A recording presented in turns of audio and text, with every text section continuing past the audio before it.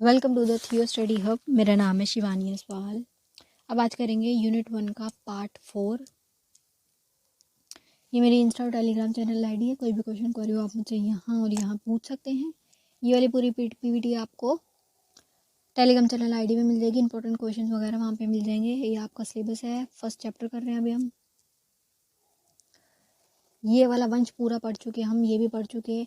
अब तक पूरे टोटल 3 पार्ट आ चुके हैं। लिंक नीचे डिस्क्रिप्शन बॉक्स में मिल जाएगा आपको पूरा प्लेलिस्ट का। अब कर रहे हैं तुगलक वंश स्टार्ट, ठीक है, जो कि कब हुआ है स्टार्ट 1320 से 1414 तक, ठीक है।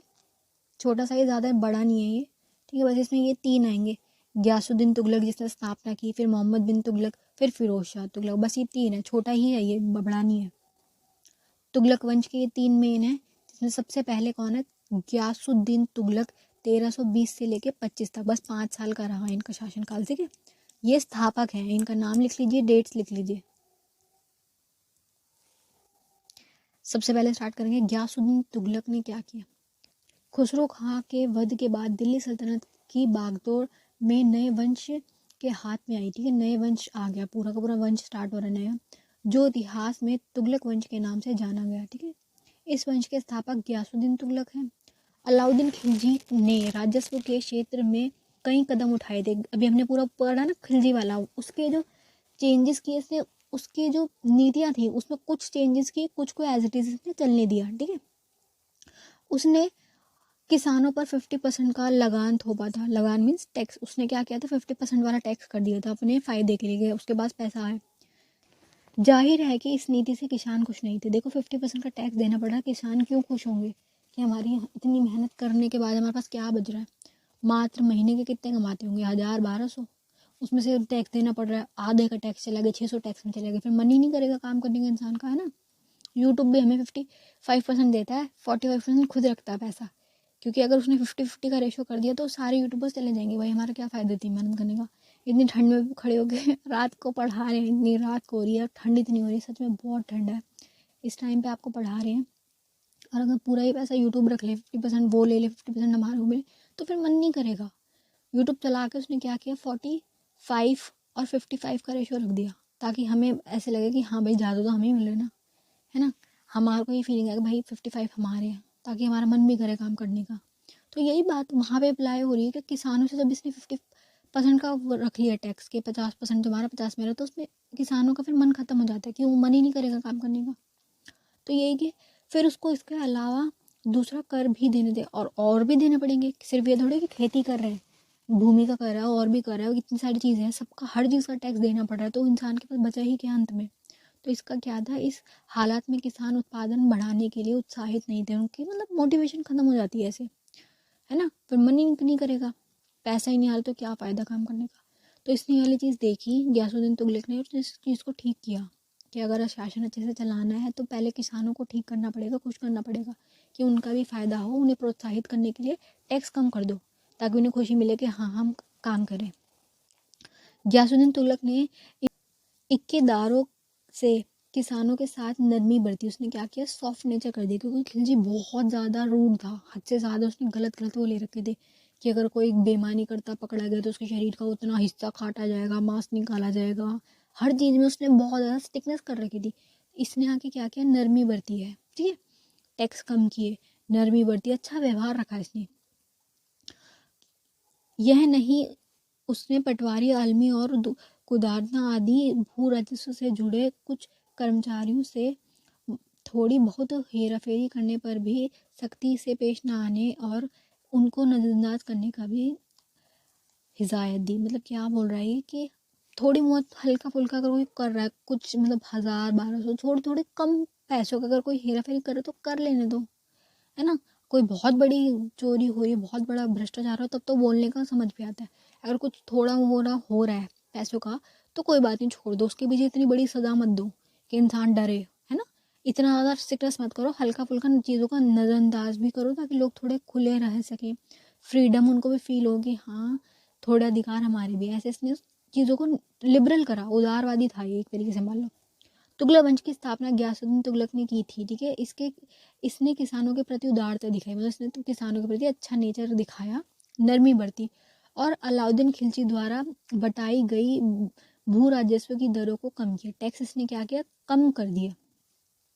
सल्तनत काल में सिंचाई के लिए नहरों का निर्माण करवाया। इसने क्या किया, नहरों के लिए निर्माण करवा दिया। अब नहरें बनेंगी, फायदा किसका होगा, किसानों का, क्योंकि मेन उनका पानी का काम होता है। उन्हें खेती के लिए पानी चाहिए होता है, तो नहरें बनवा दी, किसान और खुश। ठीक है। प्रथम सुल्तान था, इसने नहरें जो बनवाई, इसने जो डिसीजन लिया किसानों के प्रति ही लिया, तो ये पहला वो था सुल्तान। सूफी संत निजामुद्दीन औलिया ने गयासुद्दीन तुगलक को की ही कहा था कि हुनूज दिल्ली दुरसत, अथवा दिल्ली अभी दूर है। ठीक है, इन्होंने बोला है, औलिया ने, इन्होंने इसकी वाली बात इसको बोली है। मोहम्मद बिन तुगलक इस वंश का एक अन्य प्रमुख सुल्तान था। अब आ रहा मोहम्मद बिन तुगलक। गयासुद्दीन के बारे में हमने पढ़ लिया, ये कौन था, स्थापक, जो कि एक अच्छा भी था।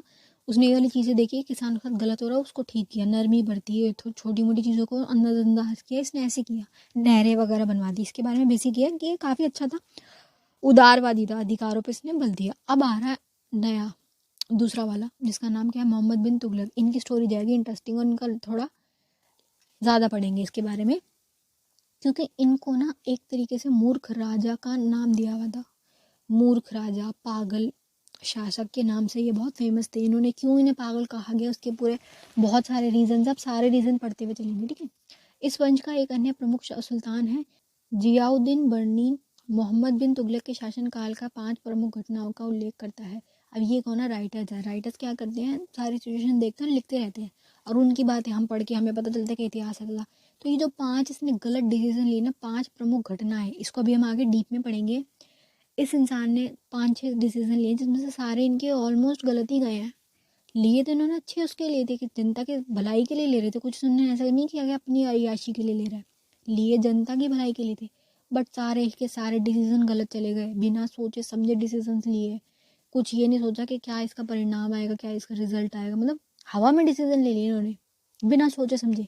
इसीलिए ही इनको ना लोगों ने कहा कि ये स्वप्नशील शासक है। मतलब स्वप्नशील क्या होता है, सपनों में डे ड्रीमिंग वाले बच्चे नहीं होते, कुछ भी सोचते रहते हैं, ख्वाबों की दुनिया में खोए रहते हैं, सब कुछ फैंटेसी वर्ल्ड में होते हैं अपने, जिसमें सब कुछ अच्छा चला होता है। ऐसा नहीं होता, रियल लाइफ में बहुत सारी चीज़ें हैं, उसके हिसाब से चलना होता है। उसको देखना होता है कि अगर ये करेंगे तो क्या हो जाएगा, ऐसा करने से ऐसा हो जाएगा, पहले जो हुआ उससे तुम सीखोगे, ऐसा करने पे क्या हुआ था पहले, मतलब सब कुछ देखते हैं ना, पॉजिटिव नेगेटिव सब कुछ देखा जाता है। ऐसा थोड़ी ना होता है कि जो तुम चाह रहे हो वही हो जाएगा।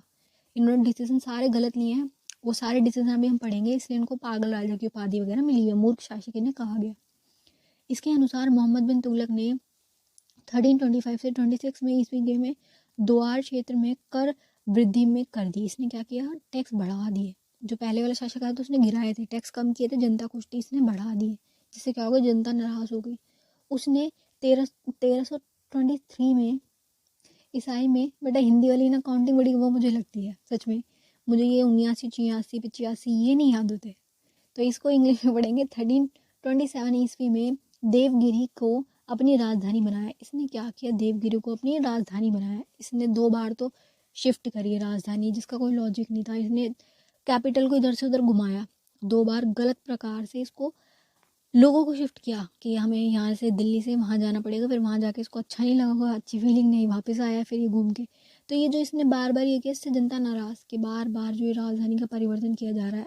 सोचो, खुद सोचो, अगर कोई तुम्हें बोले कि तुम्हें शिफ्ट करना है, तुम पहले तो ऐसे हो जाओगे, भाई कैसे शिफ्ट करें, इतना सारा सामान है, हमारा घर है, हम देखो हम जिस घर में रहे हम उसे सजाते हैं, उसे अच्छे से रखते हैं, हम सबको अपना घर पसंद होता है।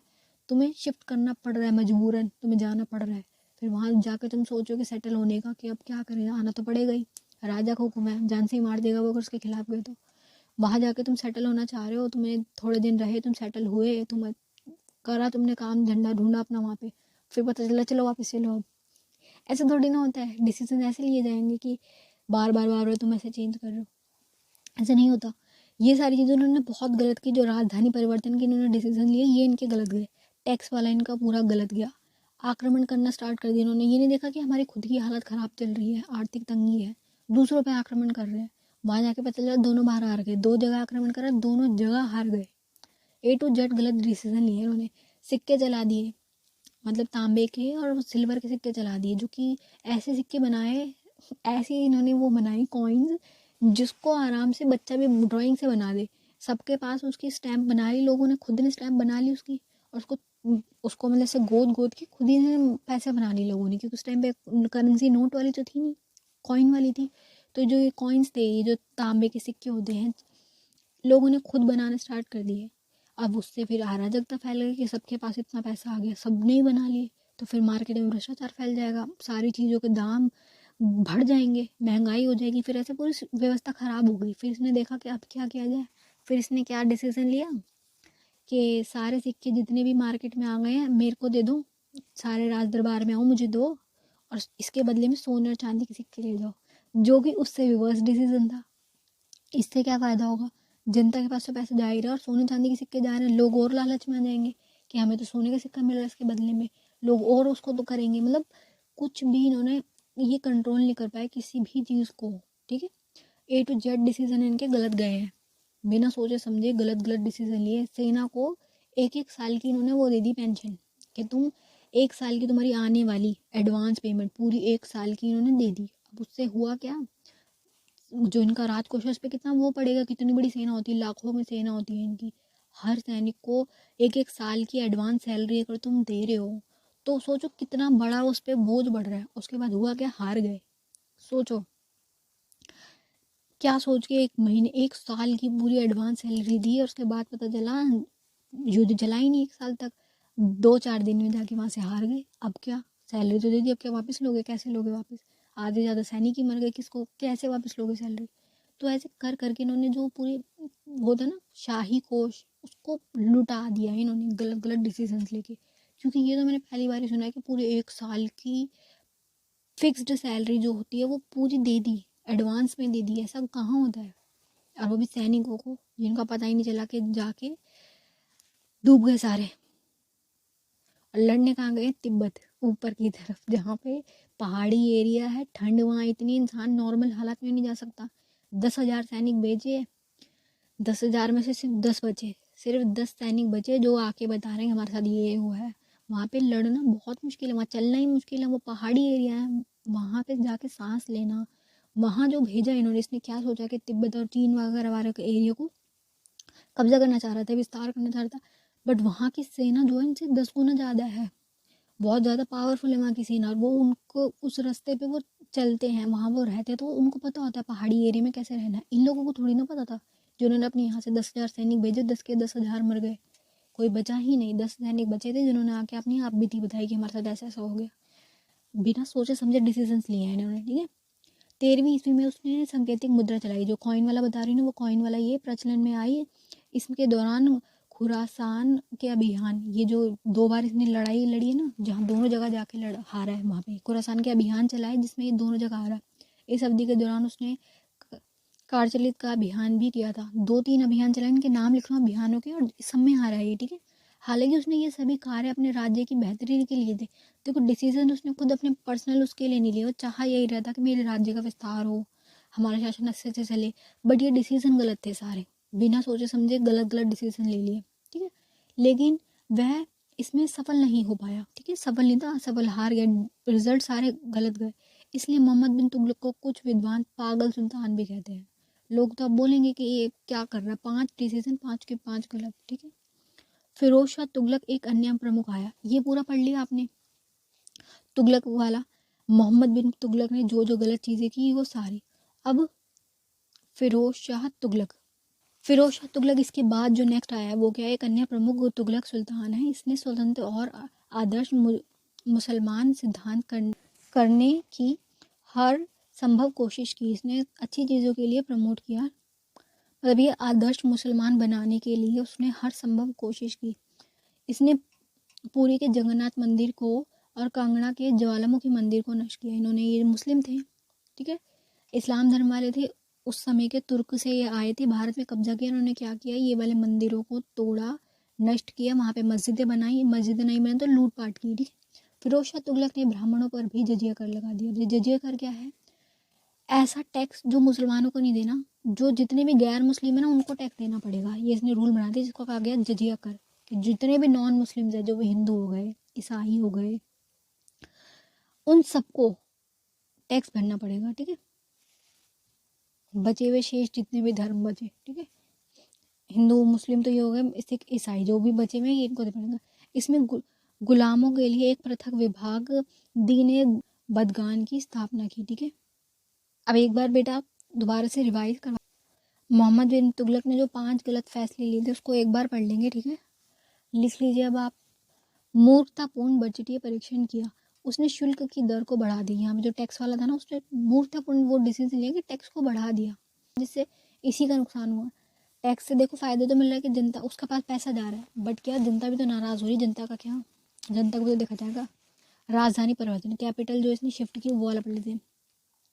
ऐसा प्रतीत होता है कि सुल्तान को देवगिरी को अपनी दूसरी राजधानी बनाने की आवश्यकता थी। उसको ऐसा फील हुआ कि देवगिरी जो है ना वो सेंटर में है, दिल्ली जो है सेंटर में नहीं है, देवगिरी सेंटर में, हमें यहाँ जाना पड़ेगा ताकि हम हर जगह इक्वली सब तरफ नियंत्रण कर सके। इसको ऐसा फील हुआ उस वक्त। फिर इसको यहाँ जाके फील हुआ नहीं नहीं वही सही था, वापस चलो दिल्ली सेंटर में है। जो मेन चीज़ सेंटर में होती है, पूरे राज्य की निगरानी की जा सकती है, वो रखी जाती है कैपिटल। इसने ये पहले देवगिरी में गया फिर वापस दिल्ली आया ताकि वह दक्षिण भारत को बेहतर ढंग से नियंत्रित कर सके। ये क्या चाह रहा था कि यहाँ देवगिरी वाले एरिया में आके पूरे उस पर मैं वो कर लूँगा कंट्रोल। लेकिन क्या हुआ, करने की क्षमता रख सके। देवगिरी के नाम बदलकर दौलताबाद कर दिया, उसका नाम उसने चेंज कर दिया। 2 या 3 वर्ष के बाद, उसको 2-3 साल बाद ऐसा फील हुआ कि मोहम्मद बिन तुगलक ने मूल रूप से दौलताबाद को छोड़ने का फैसला लिया। इसने सोचा नहीं वापस जाना चाहिए। इस आधार पर किया क्योंकि उसे जल्द ही पता चला कि दिल्ली से दक्षिण भारत का नियंत्रण नहीं कर सकता था और वह दौलताबाद में उत्तर के नियंत्रण नहीं कर पा रहा था। फिर सिर्फ ये फील हुआ कि ना वहाँ से ये नियंत्रण हो पा रहा दिल्ली का, ना ये मैं यहाँ से ये कर पा रहा, वापस वही जगह जहाँ मैं था वहीं सही था। तो ये जो था मूर्खतापूर्ण था। लोग इससे परेशान थे कि ये क्या कर रहा है, पहले यहाँ से वहाँ लेके गया फिर वहाँ से वहाँ लेके गया, क्या फ़ायदा हो रहा है इससे। पहले बैठ के डिसाइड कर लो कि कहाँ रहना है। सांकेतिक मुद्रा, जो मुद्रा वाला मैंने पूरा समझाया ना कि ऐसे सिक्के बना दो जो कि इतने आसान थे, लोगों ने उसको कॉपी पेस्ट करना स्टार्ट कर दिया। फेक करेंसी मार्केट में घूम गई पूरी तरीके से। मोहम्मद तुगलक ने कांसे के पद वो बनाए कॉइन्स, और जिसका मूल्य चांदी के सिक्के के इक्वल था। देखो कांसा एक मेटल है, चांदी भी एक मेटल है, चांदी की वैल्यू ज़्यादा होती है और कांसे की कम होती है, बट इसने ऐसा सिक्का बनाया जिसकी वैल्यू सेम थी। ठीक है, समान थी। खुरासान अभियान, जो इसने ये सोचा ना कि आगे अपने विस्तार करता हूँ, वो वाला। सुल्तान ने व्यापक विजय को सपना देखा था। उसने क्या देखा था कि मैं जीत जाऊंगा। विजय का सपना देख लिया कि भाई मैं अगर आक्रमण करूंगा तो मैं ही जीतूंगा। उसने खुरासान और इराक को जीतने का फैसला किया। उसने सोचा मैं जीत जाऊंगा। इसके लिए वह विशाल सशस्त्र बल को सक्रिय किया। बहुत बड़ी सेना वो करी सशस्त्र, जिसके पास पूरे वेपन्स भी हो, जो भी हो। उसके अभियान से निराश प्रदर्शित की, हार गए जाके। ठीक है, गलत डिसीजन लिया आपने। से पावरफुल पे तुम हमला करो, क्या सोच रहे हो कि तुम जीत जाओगे, ऐसा थोड़ी ना होता है। तुमने क्या सोच के उससे मतलब सब कुछ देखना होता है। पहले उनकी सेना को देखो कि उनकी कितनी सेना है, फिर अपनी सेना देखो कि अगर कर भी रहे हैं हमला तो जीत भी पाएंगे कि नहीं जीत पाएंगे। सामने वाले को देखा भी तो जाता है कि किससे लड़ रहे हैं, भीड़ थोड़ी ना जाती है डायरेक्ट। तो इनका यही होता है कि इन्होंने गलत गलत जगहों पर जाके लड़ाई करनी स्टार्ट कर दी। कौचारी अभियान, ये वाले अभियान में भी जीते। यह अभियान चीनी हमलों का मुकाबला करने के लिए चलाया गया था। इसमें यह पता चला कि अभियान कुमाऊं गढ़वाल जिले में कुछ जिद्दी जनजातियों के खिलाफ उसने दिल्ली सल्तनत के अधीन लाने के लिए उद्देश्य से संबंधित किया था। ये वाला हमला भी बेटा दिल्ली सल्तनत के अधीन लाने के लिए किया गया कि ये जनजाति वाले हमारे अधीन हो जाए। मुख्यतः ये जीत थी, बट बहुत बड़ा भारी भयानक नुकसान उठाना पड़ा, है ना। अब जो हमने लास्ट पढ़ना है फिरोज शाह तुगलक वाला, उसको देखेंगे। ठीक है, प्रशासनिक गतिविधियां। इनके टाइम पे प्रशासन कैसा था, प्रशासनिक गतिविधियां कैसी थी, ये देखेंगे।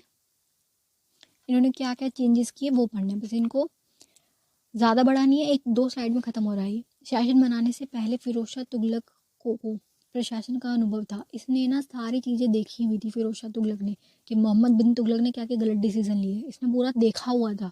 ये समझदार था। अब ये जो आएगी समझदार है, ये गलतियाँ नहीं करेगा, ये चेंजेस करेगा। अब इसके सामने बहुत बड़ी चुनौती थी कि पहले ही इतना ख़राब राज्य इसको मिला। पहले इसने तो बुरा हाल मोहम्मद बिन तुगलक करके गया, उसको ठीक भी करना था और आगे बढ़ाना भी था। तो ये कि मूल रूप से सुल्तान मोहम्मद बिन तुगलक के संरक्षण में फिरोज शाह ने राजकीय शिक्षा ली थी। इसने पढ़ाई की हुई थी, इसने देखा हुआ था इस टाइम पीरियड में ये था यहाँ पे। ठीक है, सार्वजनिक कार्य का भी इसको काफ़ी अनुभव था, इसके पास एक्सपीरियंस था और ये समझदार भी था। ठीक है, उसने अपने पूर्व अधिकार मोहम्मद बिन तुगलक की नीतियों को असफलता होने को देखा था। इसने सब कुछ देखा हुआ था कि वो असफल कैसे हुआ, तो उसने क्या क्या किया। उसे यह भी ज्ञान था कि इसकी नीतियों का परिणाम धर्म के ठेकेदार यानी उल्मा और सूफियों को क्रोध हो गए थे। जितने भी धार्मिक लोग होते हैं, धर्म वाले, धर्म गुरु वगैरह, वो सब इसके खिलाफ थे, इसको बात पता थी। और अमीर और स्थानीय सरदारों ने भी विद्रोह रुख में अपना लिया था। अमीर जो लोग हैं, सरदार जो रिच पीपल हैं, वो सारे इसके खिलाफ थे। उसको ये बात पता थी कि सिचुएशन कैसे चल रही है। इस हालात में फिरोज शाह ने समझ लिया था कि मोहम्मद बिन तुगलक की नीतियों के अनुसरण करना ठीक नहीं है, कि जो जो उसने गलत गलत नीतियाँ चला रखी थी उसको आगे कंटिन्यू करना बेवकूफ़ी होगी। उसका गुस्सा हम पे उतरेगा, उसने गलतियाँ की थी, हमारी तो कोई गलती नहीं, हम तो नए हैं, हम अपने तरीके से चलाएंगे और पुरानी चीज़ों को कोशिश करेंगे कि लोग भूलें। जो हो गया छोड़ो उसको, ठीक है। और प्रशासन की समस्याओं को बिल्कुल नए ढंग से लेंगे। अब इन्होंने बहुत सारे चेंजेस किए इसने, क्योंकि ये समझदार था, इसको बात पता थी कि उसकी गलतियों का पाप मुझ पे ना आए, है ना। तो इसने ये किया, फिरोज शाह तुगलक ने अपने राज्यों के बुनियादी ढांचे का विकास किया। बेसिक ढांचा जो होता है ना, कि इंसान अगर अपना शासन अच्छा चलाना चाह रहे हो तो सारी जो जड़ है ना उसको देखो कि कहाँ दिक्कत आ रही है, जड़ से देखो। तो उसने प्रमुख रूप से इसको ठीक किया। डेवलपमेंट इंफ्रास्ट्रक्चर, ठीक है, के प्रमुख प्रावधान काम किए। उन्होंने स्कूल बनाए, इसने क्या किया, स्कूल बनवाए, अच्छे अस्पताल बनवाए, नदी नहरें, जलाशय, विश्राम गृह, ये सारी चीज़ों का निर्माण किया। अब इससे क्या होगा, जनता खुश होगी ऑब्वियसली। अच्छा तुम एक एरिया बना रहे हो तो जनता तो खुश होगी ना कि हमारा राजा अच्छा काम कर रहा है। उसने कुतुब मीनार को भी मरम्मत की, जो कि भूकंप में क्षतिग्रस्त हो गया था। कुतुब मीनार जो आपका ये हमने पीछे करा हुआ है ना, कितना कैसे कैसे बनते हो गया था, उस वो भूकंप आया उस समय पर और वो क्षतिग्रस्त हुआ, उसको उसने ठीक किया। उन्होंने दीवान खैरात, खैरात माने क्या होता है बेटा, दान, कि दान दो, है ना, दान देना चाहिए। कार्यालय स्थापित किया कि दान दिया जाए, जनता खुश होगी कि भाई हमारा राजा अच्छा है, बहुत उदार राजा है, तो बहुत अच्छा राजा है कि दान भी दे रहा है। उन्होंने दीवान बुनियाद दास विभाग बनाए कि दासों के लिए काम किया जाएगा, जो हमारे सर्वेंट्स होते हैं उनको भी देख रेख की जाएगी, उनके लिए एक ग्रुप बना दिया, एक पूरा संगठन। उसने व्यापारी और अन्य यात्रियों के लाभ के लिए भी विश्राम गृह बनाए, जो भी व्यापारी वगैरह आ रहे हैं उनके लिए भी एक अच्छे पूरे एक जगह होनी चाहिए जहाँ पे वो रेस्ट कर सके, ठीक है। रेस्ट रूम होता है ना, मेहमानों की सेवा से पता चलता है कि तुम्हारा क्या लेवल है ना, वही उसके लिए कह रहे हैं। इक्कादारी ढांचे को अपनाया, ठीक है। इक्कादारी ढांचा हम पूरा पढ़ चुके हैं, इक्कादारी व्यवस्था में पूरा समझा चुकी हूँ बेटा, पार्ट 1 और 2 में वो ही है, ठीक है। अगर किसी को ना हो तो आप वो वाले पार्ट देख लेना, एक बार छोटे में समझा रही हूँ। भूमि के टुकड़े बांट दिए जाते हैं और ये बोलते हैं कि उसके ऊपर आप अपना पूरा व्यापार कर सकते हो, अपना उसके अपने हिसाब से उसको चला सकते हो। जितना भी तुम्हारा प्रॉफिट होगा उसका कुछ % टैक्स में हमें दे दो, जनता उससे खुश होती है। इक्कादारी व्यवस्था उनको ठीक लगती है, ठीक है। पेमेंट नहीं मिलेगी, पैसा नहीं दिया जाएगा। नौकरी की जो आप काम कर रहे हो, सैनिक हो गए, मंत्री हो गए, अधिकारी हो गए, उन सबको क्या है, वेतन नहीं मिलेगा, इक्का मिल जाएगा। इक्कादारी व्यवस्था में भूमि मिल जाएगी, आप अपना वहाँ से जितने भी खेती वेती हो गए, सारा जितना भी प्रॉफिट रख सकते हो, बस उसका टैक्स देना पड़ेगा कुछ % सरकार को, ठीक है।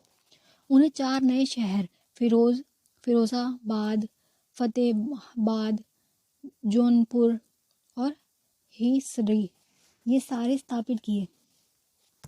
अस्पतालों की स्थापना की, मतलब ये सारे नाम हो गए, उन्होंने हॉस्पिटल्स खोले, जो कि काफ़ी अच्छी चीज़ है। बस इनका इतना ही है कि इन्होंने क्या क्या चेंजेस किए, कैसे सिचुएशन को संभाला, बस यही है।